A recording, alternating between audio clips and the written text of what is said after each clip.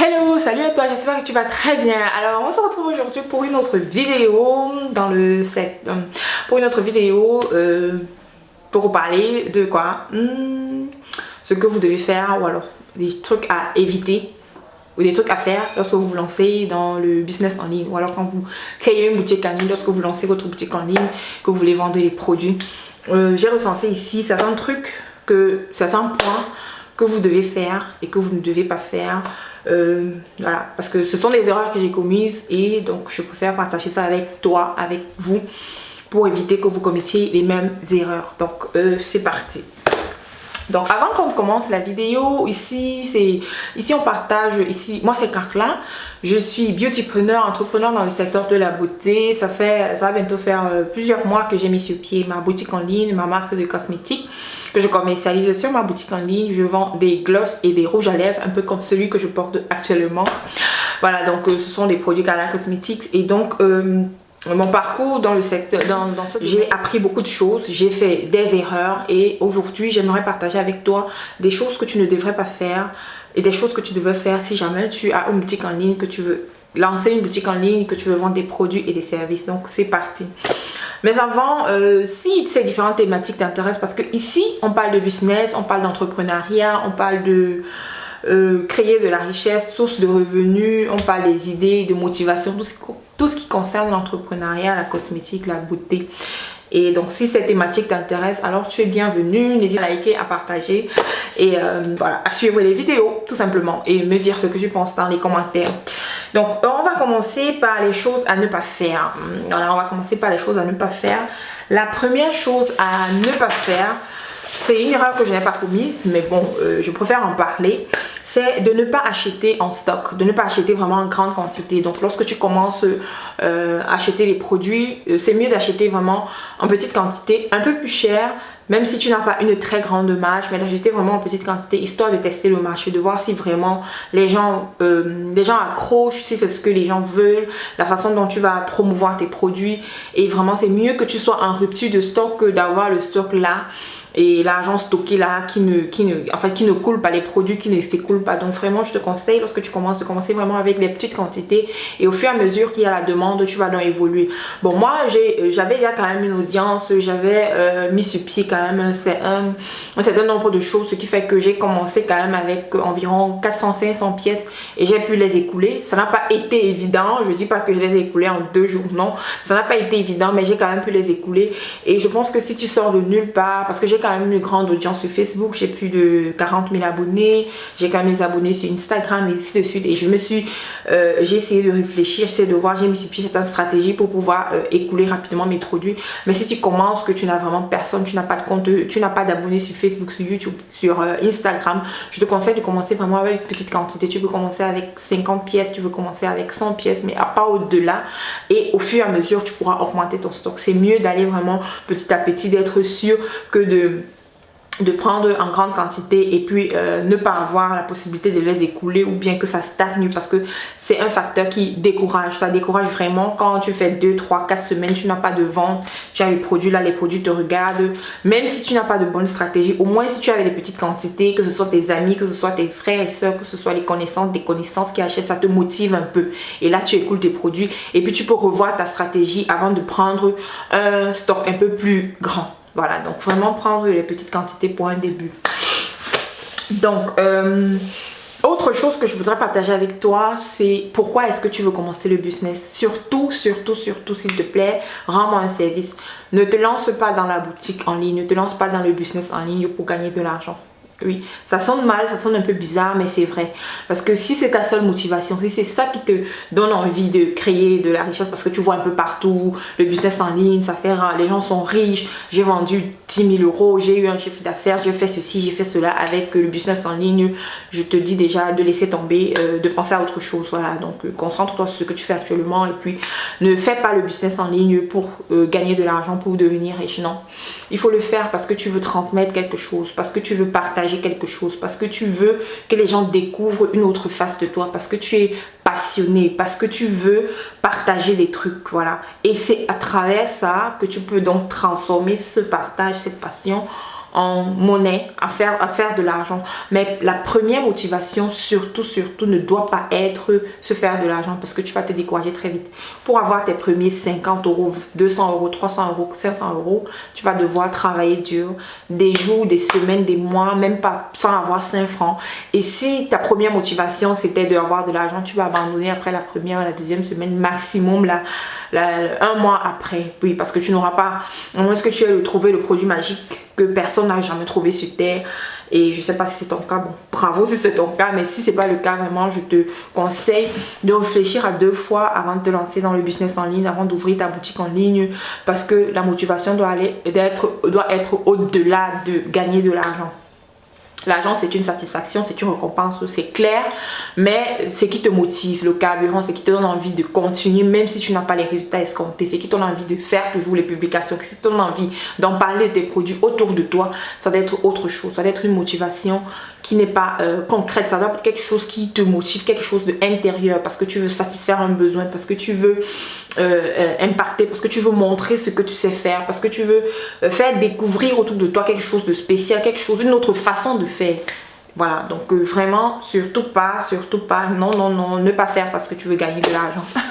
Et ne pas écouter tout ce qu'on raconte que voilà, j'ai gagné 10 000 euros, j'ai gagné ceci, j'ai gagné cela. Il y a beaucoup de travail derrière, il y a vraiment beaucoup de travail derrière. Et sans motivation intrinsèque, sans autre chose que gagner de l'argent, on n'y arrive pas. Voilà, donc ça c'est pas ça sera sûrement le thème d'une autre vidéo, mais c'est pas ça que je veux parler. Je veux juste te dire que ne crée pas une boutique en ligne, ne te lance pas dans le business en ligne juste parce que tu veux gagner de l'argent, parce que tu vas très vite jeter l'éponge. Je parle d'expérience. Ok, voilà. Donc la prochaine chose à ne pas faire, c'est de faire confiance à toutes les personnes qui vont t'écrire pour dire tiens, je vais travailler avec toi, partenariat et tout, j'ai 1000 abonnés, j'ai 300 abonnés, j'ai ceci, j'ai le nombre d'abonnés. Ne pas faire confiance et ne pas faire les partenariats juste sur la base des abonnés que tu vois sur une page. Parce que quelqu'un peut avoir 100 000 abonnés, il a peut-être 100 likes. Quand tu fais le ratio, ça marche pas, ça donne pas. Il a peut-être 2 commentaires, ça n'a pas de sens. Ça dit que c'est une page fantôme. Et avec ce genre de personnes, tu ne devrais pas travailler. Donc, ce que tu devrais faire lorsque les gens te contactent, parce que ça a été le cas pour moi et c'est l'erreur que j'ai faite. Beaucoup de personnes m'ont contacté, des jeunes filles, voilà, je peux faire le partenariat avec toi, envoie-moi des produits. J'ai envoyé beaucoup de produits un peu partout et après elle disparaît. Elle fait une publication et 2 jours après elle archive, ou alors elle ne fait pas publication comme tu as prévu, ou alors voilà, j'ai signé des partenariats avec des influenceuses, voilà, mais c'était pas ça, le résultat n'était pas là, j'ai pas eu le retour sur l'investissement, malheureusement j'ai perdu les produits. Il y a certains à qui j'ai même donné de l'argent, mais ça n'a pas été là, le résultat n'était pas là. Donc je te conseille vraiment, lorsque tu vas contacter des personnes pour des partenariats, pour faire promouvoir tes produits, pour montrer ce que tu fais, de bien définir ce que tu aimerais avoir comme résultat. Quel est le nombre d'abonnés, si ça peut te donner des abonnés, si ça... Comme je disais, il faut vraiment revoir, c'est-à-dire que avoir d'abord un objectif. Pourquoi tu contactes les abonnés, les influenceurs ou alors les personnes avec qui tu vas faire des partenariats? Quel est l'objectif recherché? Qu'est-ce que tu aimerais avoir comme résultat? Et tu demandes vraiment beaucoup d'informations. Quel est le nombre de vues qu'ils ont en story, comment est-ce que tu essaies de checker la page, les commentaires, voir si les commentaires sont vraiment genre oui, la page elle est vivante, si les gens commentent, si elle répond aux commentaires, parce que ce serait dommage que tu parles d'un produit, qu'on parle de ton produit sur une publication et elle n'est même pas là pour répondre. Donc vraiment faire attention, essayer de regarder, vérifier, poser les questions. Comme je disais, vérifier, te fixer les objectifs pour travailler avec les influenceurs, les partenariats. Ne te fie pas au nombre d'abonnés, parce que c'est pas le nombre d'abonnés qui fait en sorte que tu aies le retour sur investissement sur ton partenariat avec les abonnés, avec les influenceuses. Il y a beaucoup de paramètres qui comptent, le taux d'engagement, comment est-ce qu'elle présente ton produit, si elle respecte les clauses que vous vous êtes données.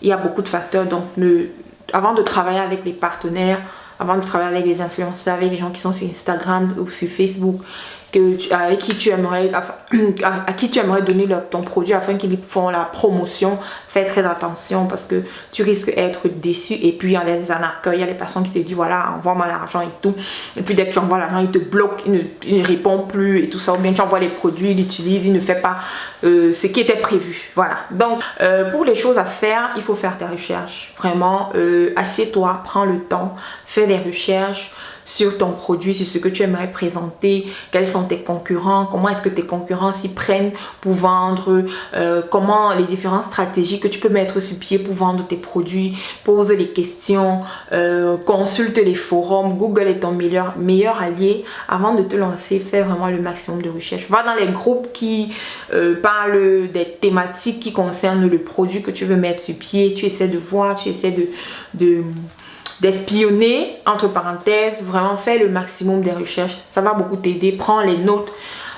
Et puis concernant toutes ces informations, tu pourras te faire ton idée et ça va te permettre aussi d'être un peu avancé lorsque tu vas présenter ton produit. Donc fais très attention sur tout ce que tu lis, mais il faut savoir faire la part des choses, avoir aussi ton esprit, ta façon de voir, comment tu peux cerner tout ce que tu vois, en fait faire le tri quoi, parce que il y a toutes les informations. Maintenant c'est à toi de savoir quelle est l'information qui te sied, quelle est la bonne information, et tu peux vérifier ça. Donc voilà ce que je te conseille de faire lorsque tu veux lancer ton business en ligne, lorsque tu veux lancer un produit. Concernant les fournisseurs, il faut tester, voilà, il faut tester, tout simplement. Teste plusieurs fournisseurs, il ne faut pas avoir un seul fournisseur. Tu communiques avec le fournisseur, tu testes, tu vois un peu si le produit tient, si c'est un produit, si à long terme, après 2-3 utilisations, s'il y a un changement. Ce sont les erreurs que j'ai faites. J'ai pris chez un seul fournisseur et après je me suis rendu compte que voilà, c'était pas ça. Mais bon, j'avais déjà pris une grande quantité. Donc vraiment, je te conseille de tester, de communiquer, de prendre du temps. Vraiment, prends le temps si c'est quelque chose que tu veux. Si c'est un business solide, viable, à long terme que tu veux mettre sur pied, il faut bien réfléchir avant de te lancer parce que ce sera vraiment dommage que tu mettes toute ton énergie sur quelque chose et après quelques mois que ça tombe.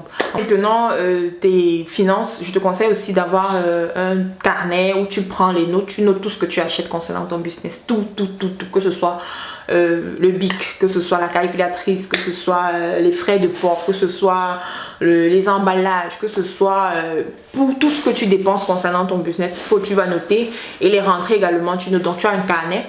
Ça, j'ai commencé à faire cette année. Voilà, j'ai commencé récemment, mais avant, je ne le faisais pas. Et c'était une erreur parce que je me suis rendu compte que j'avais pas une bonne visibilité sur mes finances. Donc, j'ai téléchargé un document. En fait, j'ai reçu de mon frère. Merci à toi si tu regardes cette vidéo. J'ai reçu de mon frère un cadeau où qui me donne. En fait, c'était un document à télécharger où je peux tracer mes dépenses, mes sorties, mes épargnes et tout. J'ai décidé d'utiliser ça pour mon business et je te conseille de faire pareil parce que je me rends compte que ça aide beaucoup. Tu as une bonne visibilité, tu as une traçabilité sur tes finances et ce n'est qu'à partir de là que tu peux voir vraiment si ton business vaut la peine, s'il y a une évolution ou alors si tu es juste en train de stagner sur place. Donc avoir une traçabilité, reporting de tes dépenses concernant ton business, tes rentrées et tes dépenses, tu peux le faire. Tu le fais vraiment à chaque fois. Et à la fin de la semaine ou à la fin du mois, mais à la fin de la semaine quand même tu as une visite, tu as un état, voilà, un état de ce que tu as fait comme dépense ou comme ce que tu as eu comme rentrée. Ok. Concernant maintenant ton logo, je te conseille de choisir quelque chose qui te parle, mais quelque chose de simple, qui va facilement rester dans la mémoire des gens. Pardon, quelque chose qui te parle, quelque chose de simple où les gens n'auront pas trop réfléchi pour se rappeler de ton business ou bien pour se rappeler de ta marque. Et voilà, les couleurs également, tu choisis des couleurs qui ne sont pas trop criardes. Donc vraiment, ça entre dans le conseil de s'informer, de prendre vraiment le maximum d'informations, d'être curieux, de regarder un peu autour de soi, les concurrents, les personnes qui font les mêmes produits que toi, comment ils ont fait, comment est le logo, comment est leur technique, ainsi de suite. Donc, ce sont des choses que moi j'ai fait, voilà, donc ce sont les choses que j'ai fait, les informations et tout. C'est-à-dire quand tu entres dans l'entrepreneuriat, tu dois être vraiment prête à apprendre parce qu'il y a beaucoup de choses que tu apprends. Il y a beaucoup de choses que tu dois toi-même apprendre, tu dois être autodidacte, tu dois être capable de faire certaines choses toi-même parce que tu n'as pas encore les moyens de payer un professionnel pour le faire. Bon, ça je dis vraiment pour les débuts, hein, parce qu'à un certain niveau, il va falloir que tu payes un professionnel parce que tu veux aussi que ta marque aille à un autre niveau. Mais pour les débuts, tu dois apprendre vraiment à faire beaucoup de choses toi-même. Tu dois apprendre à découvrir, à être curieux et à connaître comment faire certaines choses. Pour la petite histoire, peut-être un exemple, prendre des photos de tes produits. Tu dois vraiment trouver les moyens d'avoir de très belles photos, de sorte que ça donne envie Vraiment, ça donne envie de cliquer, ça donne envie de regarder, ça attire vraiment l'attention, la curiosité. Tu dois apprendre à découvrir, tu dois découvrir quelles sont les applications pour faire de belles photos. C'est vrai qu'avec le téléphone de nos jours, tu peux faire de belles photos, mais après, maintenant, tu dois pouvoir travailler la photo pour la rendre plus attractive. Tu dois avoir la lumière, une bonne luminosité, autant de choses. Donc, tu dois faire tes recherches. Je te conseille vraiment, ce que je peux obtenir de cette vidéo, c'est faire tes recherches. Ma chère, fais ta recherche, mon cher, fais tes recherches au maximum, prends les notes. Il faut être assidu afin de présenter vraiment, afin de mettre sur pied quelque chose de viable, de durable. Voilà, donc nous sommes arrivés à la fin de cette vidéo. J'espère que la vidéo t'a plu, j'espère qu'elle t'a aidé. Si tu as des questions, si tu aimerais savoir quelque chose, n'hésite pas, dis-moi en commentaire ce que tu en penses. Et voilà, je pourrais te répondre. Donc, avant de terminer cette vidéo, je voudrais t'annoncer quelque chose de très génial qui va se passer sur cette vidéo, sur cette chaîne. Et bien, la chaîne va commencer dès le mois prochain, c'est-à-dire dès février, un nouveau programme, quelque chose de génial. Vraiment, j'ai hâte de vous présenter ça. Donc, restez connectés. C'est un nouveau projet que j'ai mis sur pied avec des partenaires. Et j'ai hâte de vous présenter tout ça. Donc tout ça va se passer sur la chaîne YouTube. Il y aura beaucoup de changements, mais des changements positifs. Donc reste juste connecté pour découvrir tout ça très bientôt. D'ici là, je te souhaite de passer de très bons moments. Prends soin de toi, surtout reste en santé. Et on se retrouve très bientôt pour une autre vidéo. Ou alors on se retrouve très bientôt pour ce grand projet que je tiens à t'annoncer, qui sera disponible, donc qui va prendre effet d'ici le mois prochain sur cette chaîne YouTube. Donc d'ici là, porte-toi bien, bisous et à très vite.